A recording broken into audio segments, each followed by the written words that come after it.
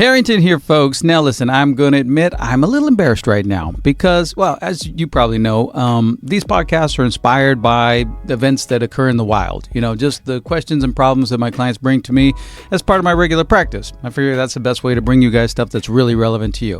All right, so I was having a consultation recently, and we were talking about land trusts, as I want to do.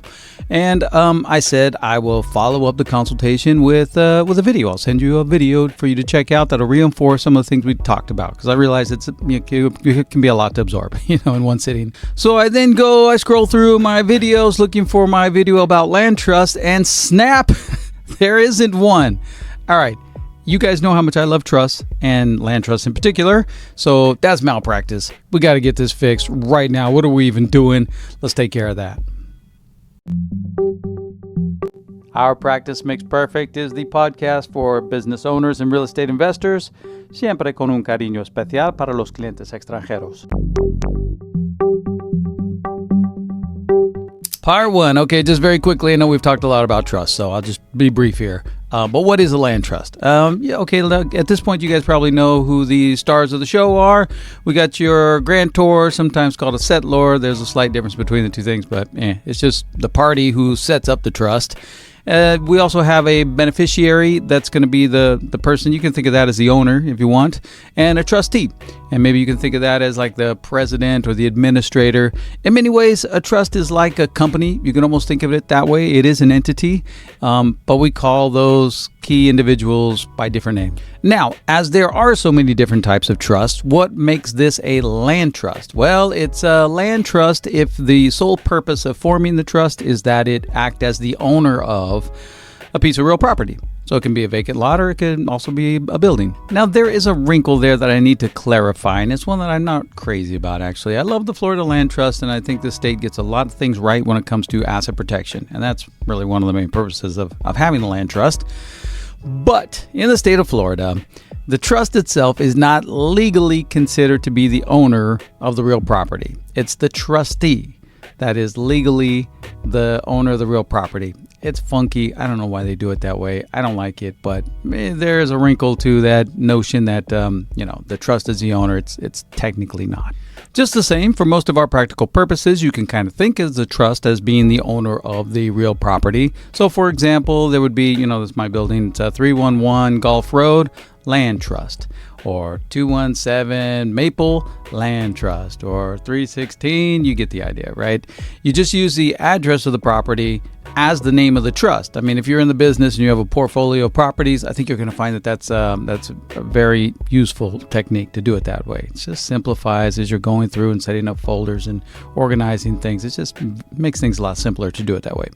Part 2. So how do we use a land trust? It is, as I say, a vehicle for people who own properties, usually like investment properties is what we're talking about here. If you're in the state of Florida and you own your residence, that's going to be your homestead. And that's a different deal. You may or may not want to put it into a land trust. There's no obvious reason to do so usually. So we're probably talking about investment property. Now, I did write a cool article that you can find on my website, and I will link it to this video as well, where I set side by side the use of an LLC to hold a property with the use of a land trust to hold a property, and I talk about the pros and cons of each. Because as we have discussed, that is kind of the common wisdom. If you talk to your accountant or a banker or just somebody like that who's not really specialized in the business, and you tell them you have investment properties, they're going to say, oh, you're going to want to set up an LLC for each one, or maybe bundle them and put them into an LLC. Okay, so LLCs, that's fine. There's nothing wrong with doing it that way. I'm just here to tell you that's not the best way. Now, what are the good things about an LLC? I mean, why do people tell you to do that? Put your investment property in an LLC? Well, asset protection, obviously. You don't want to keep that in your personal name such that if anything happens on the property, it's going to affect your personal estate. They're going to sue you personally. You don't want that. Well, guess what? You get exactly the same protection if you put that property into a land trust. They're going to be able to sue the trust, but that is it. It doesn't get to you personally. It doesn't go beyond the assets that are owned by that particular land trust, which is going to be that property and nothing else. Here's another thing, and I know we've talked about some of this stuff already, so I'll try to be brief, but here's another thing. Flexibility. You get great flexibility from the fact that the land trust is completely anonymous. It's completely confidential. It's just a document that I prepare for you. You sign it, and that's it. That's the land trust. That piece of paper. You throw it in your safe, or I keep it in my archives, and that's where it exists. As opposed to an LLC that gets registered with the state. You have your state filings, you have your state renewals. There are deadlines for doing that. If you miss it, God help you. It's like a $400 penalty. So you don't deal with any of that. There's no transparency, which I think we've talked about that as well here in Florida. This is a very transparent state. The website called sunbiz.org gives you all the names of the officers and the members and the managers, their addresses. I mean, you don't have to put all that up there, but it will ask for it.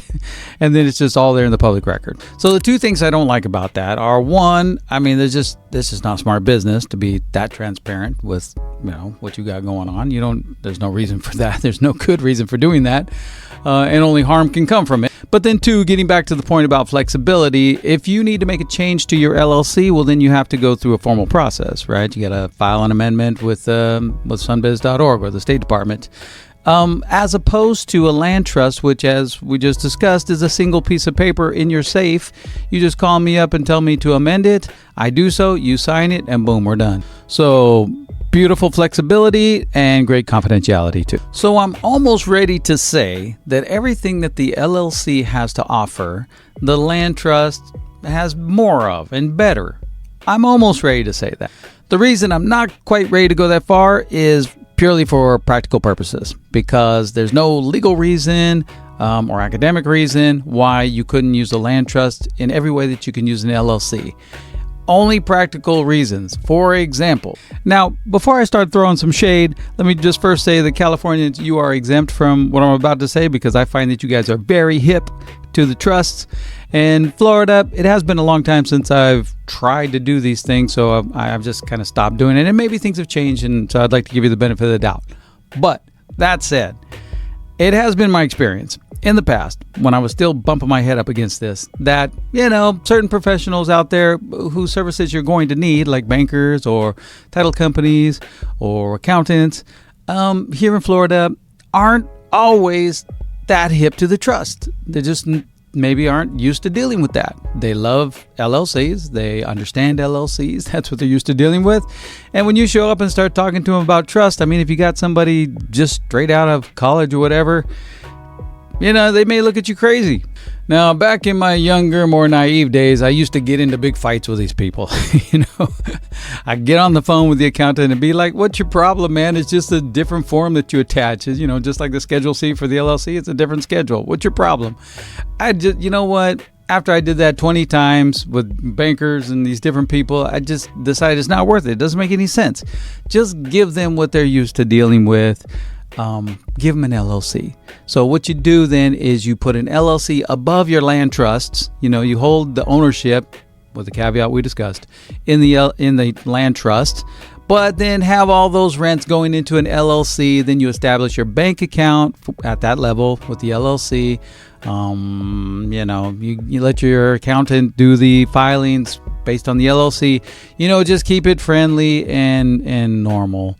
And that's the one thing that the LLC has going for it over the land trust, is that sometimes people don't necessarily know what to do with the land trust. The final conclusion I've come to then is to use them both together. Part 3, let me just clean up a few miscellaneous items here. So circle back to what I was telling you about how the trustee is, for legal purposes, the owner of the property. So the way it's going to show is, Jeff Harrington as trustee of the 311 Gulf Road Land Trust. That's going to be, it's a mouthful, but that's the way it's going to appear on title. And in fact, Jeff Harrington will be the one who signs off on the trust business. So I'm the administrator, I'm the figurehead in that sense. But here's something worth mentioning. The way the trust is set up, the land trust is set up in the statutes, the statutory scheme, so they say, is that the beneficiaries are the ones that have control over the trust. Now, you're saying that's weird because the trustee is the one that has all the authority normally. All right, yes, but by default, that authority flows right through the trustee to the beneficiaries or some named holder of the power of direction.